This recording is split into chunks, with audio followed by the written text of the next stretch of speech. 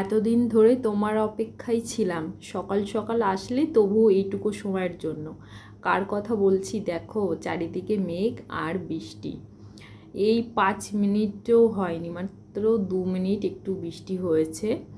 আর সেটাও দেখে বুঝতেই পারছো সেরকমভাবে জোরে হয়নি। মানে এইখানে আসার পর, এই জম্মুতে আসার পর প্রথমেই একটু বৃষ্টি হলো। এর আগে ছিটেফোঁটা পড়েছে, মানে এটাই মানে সব থেকে বেশি। তো বাইরের দেখে তো একটু খুব ভালো খুশি হয়ে গেছিলাম, কিন্তু সে খুশিটা আর বেশিক্ষণ থাকলো না। এইদিকে আবার দেরি হয়ে যাচ্ছে, মানে টিফিন বানানোর জন্য। তারপরে আবার দেখি আটা চালা নেই। এই সমস্ত কিছু আগেই করে রাখি, এটা আর খেয়াল নেই কেন কি জানি। তা ভাবলাম যে ঠিক আছে, ঝটপট আটাটা চেলে নিই। এখন আর বেশি করে চালবো না, এটার মধ্যে যেটুকুই ধরে সেটাই চেলে নেব। তোমাদের দাদাভাইয়ের টিফিন বানাতে হবে, তার জন্য ঝটপট করছি। আর ওইদিকে তোমাদের দাদাভাই চিল্লাচ্ছে, কারণ কুলারে যেই জালিগুলো রয়েছে সেগুলো চেঞ্জ করে নতুন জালি লাগাচ্ছে। আর বাবু তো বাইরে চলে গেছে, এসে ডিস্টার্ব করছে। বলো আমি এটা রেখে ওইখানে যাব না আমি কি করব? কারণ এইদিকে আমার তাড়াহুড়ো করে টিফিনই বানাতে হবে, তারপরে আবার না খেয়ে চলে যাবে তোমাদের দাদাভাই। সকালের দিকে একটু চোখ লেগে গেছিলো, কারণ একটু ঠান্ডা ঠান্ডা পড়েছে, তো ওই মেঘলা হয়েছিল, এই আর কি। তো হ্যালো এভরিওয়ান, কেমন আছো তোমরা সবাই? আশা করছি সবাই ভালো আছো, আমরাও ভালো আছি। আমি শিউলি, আমার নতুন একটা ব্লগে তোমাদের ওয়েলকাম। তা বৃষ্টি তো আর হয়নি, তারপরে মানে সামান্য পরিমাণে, ওই যে বললাম যে 5 মিনিট মতনও হয়নি, সেরকমই একটা ব্যাপার। তা রোদ কিন্তু হালকা হালকা উঠছে আবার, আর ভয়ও করছে। আজ রান্নাটা এখনও হয়নি, তোমাদের সঙ্গে একটা রেসিপি শেয়ার করব বলে একটু দেরি করেই রান্নাটা শুরু করছি। হ্যালো ফ্রেন্ড, দেখো এখানে সব কিছু গুছিয়ে নিয়েছি। আজকে ভাবলাম যে তোমাদের সঙ্গে দারুণ একটা রেসিপি শেয়ার করব। তাই এইখানে আমি চিকেন নিয়ে নিয়েছি, বোনলেস চিকেন রয়েছে। এইখানে রসুন, কাঁচা লঙ্কা আর আদা পেস্ট করে, একদম মিহি পেস্ট করিনি কিন্তু, এই যে এরকমভাবে পেস্ট করেছি। অর্ধেকটা পেস্ট আমি রেখে দিয়েছি, আর অর্ধেক পেস্ট এর মধ্যে দিয়ে ভালো করে কিন্তু 1-1.5 ঘন্টা হয়ে গেছে আমি মাখিয়ে রেখে দিয়েছি। আর সামান্য পরিমাণে দিয়েছিলাম এর মধ্যে সয়া সস। আর এইখানে আছে বাটার, যেটা আমি বানিয়েছিলাম। আর এইখানে রয়েছে একটু পেঁয়াজ কুচি। আর এটা কি বলতো, এটা রয়েছে পালং শাক। হ্যাঁ, পালং শাক আমি বয়েল করে তারপর সেটা মিক্সিতে আমি পেস্ট করে রেখে দিয়েছি। তো এটা আমি কিভাবে রান্না করছি তোমাদের সঙ্গে শেয়ার করব। আগে চিকেনটা কি করব, ফ্রাই করে নেব। বাটার দিয়ে চিকেনটা একটু ফ্রাই করে নেব। এটার মধ্যে সকালে পরোটা বানিয়েছিলাম, ওটার মধ্যে বানাচ্ছি। এটার মধ্যে না মাংসটা ভাজতে সুবিধা হবে, সেই কারণে এইটা নিলাম।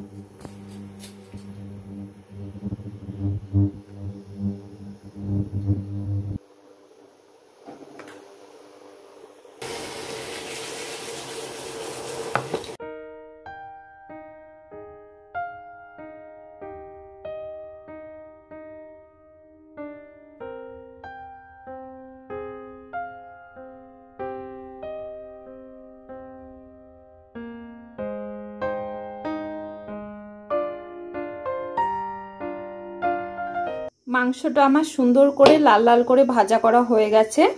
এটার মধ্যে তো গ্রেভিটা বানানো যাবে না, তাই ওই সাইডে কড়াইটা বসি। এই যে সামান্য পরিমাণে সাদা তেল দিয়েছি, কারণ এটার মধ্যে লাস্টে আবার বাটারও যাবে, তার জন্য বেশি দিচ্ছি না। গোটা গরম মশলা আর একটু জিরে, আর যে পেঁয়াজ কুচিটা ছিল এখন সেটা দিয়ে দিচ্ছি।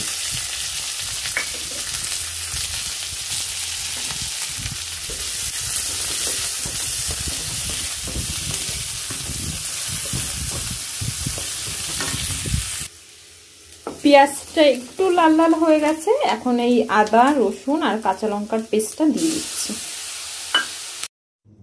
এর মধ্যে সামান্য পরিমাণে একটু নুন দিয়ে, একটু জল দিয়ে নরম করে একদম ভেজে নেব। আর কি বলতো, এর মধ্যে হলুদ কিন্তু ব্যবহার করছি না। ব্যাস নরম হয়ে গেছে আমার পেঁয়াজটা। এর মধ্যে যে পিউরিটা বানিয়েছিলাম আমি পালং শাকের, সেটাই দিয়ে দিচ্ছি।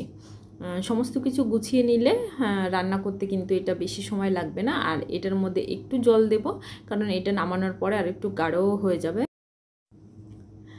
জল দিয়ে ভালো করে ঝোলটা ফুটিয়ে নিয়েছি। এখন ভেজে রাখা মাংসগুলো দিয়ে দিচ্ছি। ব্যাস এটা দিয়েই 2-3 মিনিট ঢাকা দিয়ে রেখে দেবো। তারপর নামানোর পরে একটু এর মধ্যে বাটার দিয়ে দেবো, আর কিছু দিতে হবে না। গোটা গরম মশলা যেহেতু আমি ফোড়ন দিয়েছি তাই উপর দিয়ে আর গরম মশলা দিলাম না। এটা দেখতে একটু গ্রিন গ্রিন হতে পারে, তোমরা ভাবতে পারো যে কেমন পালং শাক দিয়ে চিকেন। একবার অল্প হলেও একটু রান্না করে দেখো, অবশ্যই খেতে খুবই ভালো লাগবে। তারপর তো আমরা দুপুরে খাওয়া দাওয়া করে নিয়েছি। এইখানে তোমাদের দাদা ভাই ক্যান্টিনে গেছিলো, সেইখান থেকে কি নিয়ে আসলো, আর হচ্ছে আমাদের মাসের যেই রেশনটা দেয় সেইটা দিয়েছে। তা ভাবলাম যে তোমাদের সঙ্গে শেয়ার করে দিই। এই মশলাগুলো তোমাদের দাদা ভাইয়ের অফিস থেকেই দিয়েছে। ক্যাচ কোম্পানির কিন্তু সব মশলাই দেয়, গরম মশলা, সবজি মশলা আর একটা চিকেন মশলা। আর এইগুলোই কমপ্ল্যানের মতন খেতে। তারপরে দিয়েছে মুগ ডাল দিয়েছে এখানে, আর এটার মধ্যে আছে চা পাতা, আর এই যে কলগেট, এই খাবারগুলো দেখছো এটা তোমাদের দাদাভাই ক্যান্টিন থেকে নিয়ে এসেছে। এইখানে আছে চিনি, এটা আছে মনে হয় এটার মধ্যে হয়তো হরলের ডালও হতে পারে, আর হচ্ছে ছোলার ডালও হতে পারে, এটা আমি বুঝতে পারছি না। আর এই বিস্কিটগুলো সব তো ক্যান্টিন থেকেই আনা হয়েছে। আর এইখানে রয়েছে 2.5 লিটার তেল, এটা তোমাদের দাদাভাইয়ের অফিস থেকে দিয়েছে। আর যেহেতু আমরা বাড়ি যাব তার জন্য একবারই তোমাদের দাদা বেশি করে ওই বিস্কুট, কাপ নুডলস এগুলো নিয়ে এসছে, মানে ট্রেনের মধ্যে খাওয়ার জন্য এই আর কি। আর গ্লুকন-ডি নিয়ে এসছে 2 প্যাকেট, সেটা বাড়ি নিয়ে যাব। এখানে আর কি করব। আর কি রয়েছে তোমাদের একটু দেখাচ্ছি। ও আর চাল রয়েছে, আটা রয়েছে,